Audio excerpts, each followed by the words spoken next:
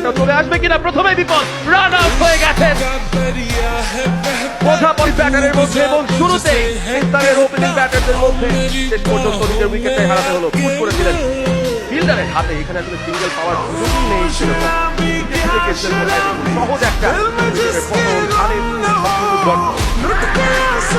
আবেদন হচ্ছে, আউট হয়ে যাবে। অনেকটা অবিলে একটা অসাধারণ টার্নের জন্য খেলছিলেন এবং সেই টার্নটাই ছিল না, ব্যাট এবং পায়ের মাঝখানে যে একটা ফাঁকা জায়গার সৃষ্টি হল।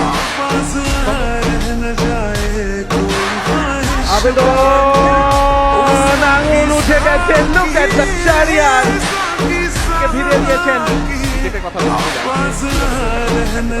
তারপরে সেটাই হয়ে গেছে,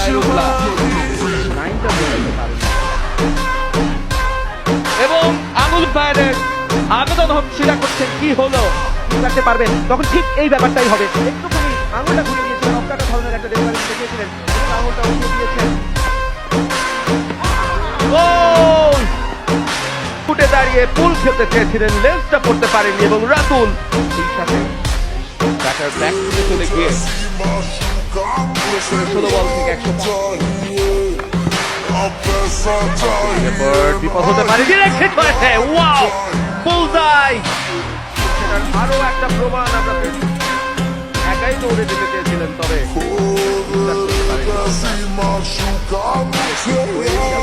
ফিরে যাচ্ছেন আপনি।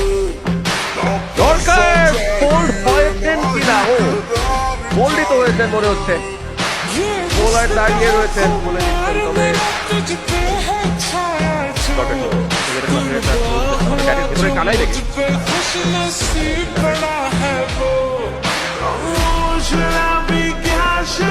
করে এসেছেন। বলটা কোথায়, হাওয়ায় ভেসে পুরো ম্যাচের সেরা ক্যাচ।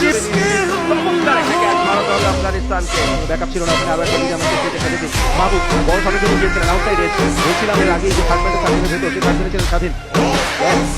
লুক অ্যাট দ্যাট করে ফিরে যাচ্ছেন মাহবুব।